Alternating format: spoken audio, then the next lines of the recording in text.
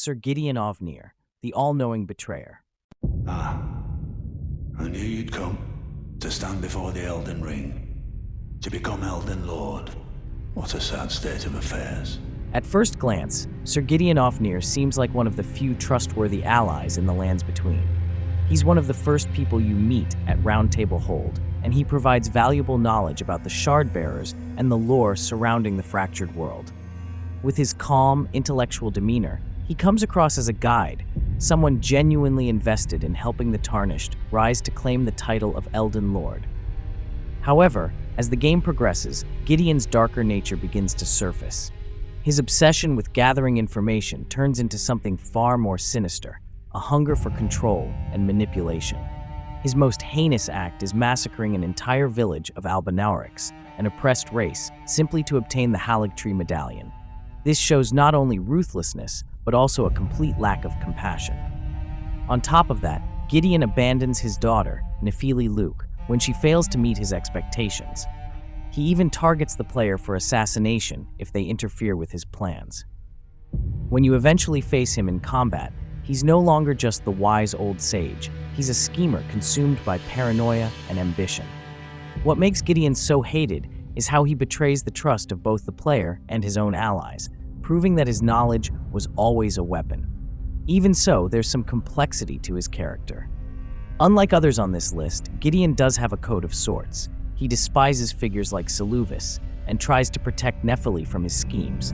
But in the end, his good intentions are overshadowed by his cruelty and willingness to discard anyone who stands in his way. Number 2. Queen Marika, the Architect of Chaos. My lord, and thy warriors, I divest each of thee of thy grace.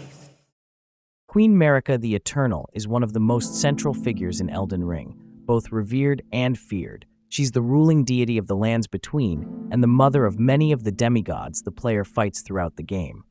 Her actions, both past and present, have shaped the entire world and the conflict within it. The true extent of Marika's power and influence becomes clearer as the game unfolds, especially with the revelation that she and Radagon are the same being, two halves of a single entity.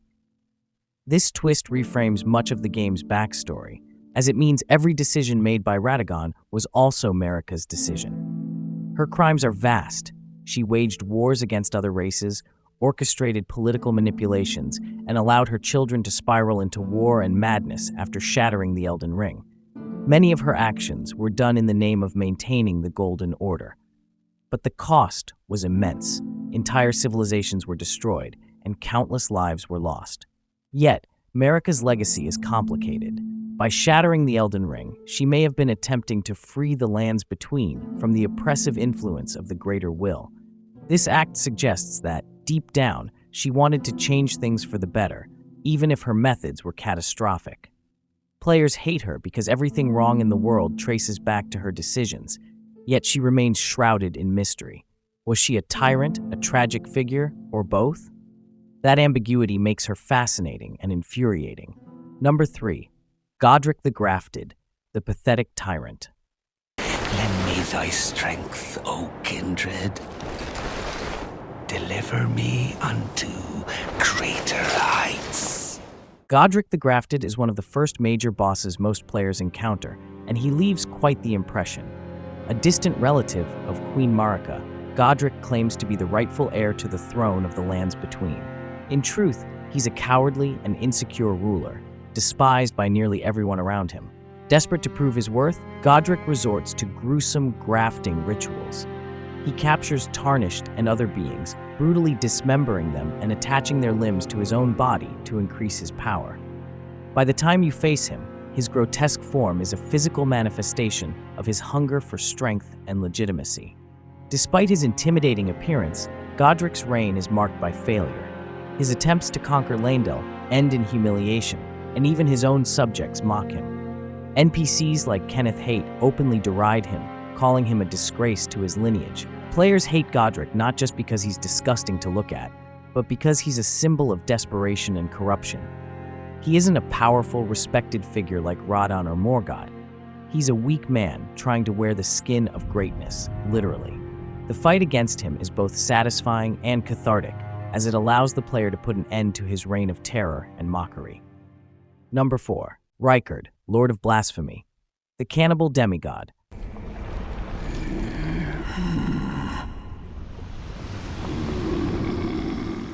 Rykard is an optional boss, hidden away in the depths of Volcano Manor, but his story is among the most disturbing in the game.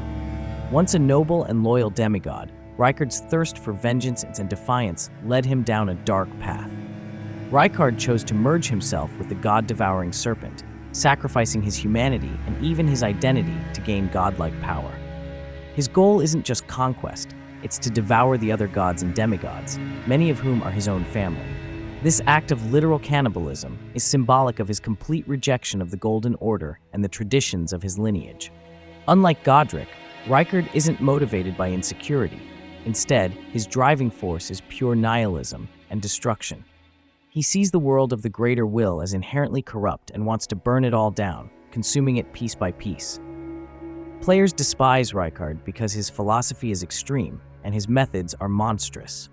The battle against him is one of the most memorable in the game, featuring a unique weapon and a grand arena, but it's also deeply unsettling. Rykard's fall from grace serves as a warning. In the lands between, even rebellion can become twisted and horrifying. Number 5. The Dung Eater, the defiler of souls. Have you ever felt the curse? With your whole being, the pox upon life itself. Few characters in Elden Ring are as viscerally revolting as the Dung Eater. His very presence fills NPCs with dread, and his questline is among the darkest in the game. The Dung Eater's obsession isn't power, wealth, or glory. It's corruption and defilement. He takes joy in desecrating the bodies of his victims, ensuring their souls cannot find peace. Even in a world filled with demigods, monsters, and tyrants, his acts stand out as uniquely vile. When you first encounter him, he's locked away for good reason. NPCs warn you repeatedly about his depravity, and for once, the warnings don't exaggerate. His very name becomes symbolic of the filth and decay he spreads across the lands between. Players hate the Dung Eater not only for what he does, but for what he represents: pure, unrepentant evil. There's no tragic backstory or higher goal here, just a man who delights in the suffering of others. Even completing his questline feels dirty, as it involves enabling his horrifying actions. Number 6. Morgott the Omen King, the hypocritical guardian. What is thy business with these thrones? Morgott is one of the most tragic figures in the game, but he's also deeply despised by many players. Born as an omen, a cursed and reviled being, Morgott spent his entire life hiding his true form. Despite this, he rose to power and became the guardian of the Erdtree, fighting to uphold the very system that rejected him. What makes Morgott so hated is his hypocrisy. While he despises his own kind, he enforces the Golden Order's oppressive rules, ensuring that other omens remain chained and persecuted. Even as he secretly rules the capital, he allows his people to suffer in darkness. His boss fight is intense and beautifully designed, but the narrative surrounding him paints him as a deeply conflicted figure. Some players sympathize with his pain, but many see him as a coward who chose tyranny over rebellion. In the end, Morgott embodies the cycle of abuse and self-loathing that defines much of the lands between. Mohg, Lord of Blood, the cult leader.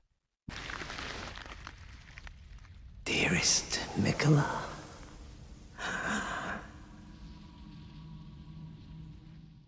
Mohg is one of the most unsettling bosses in the game, both visually and thematically.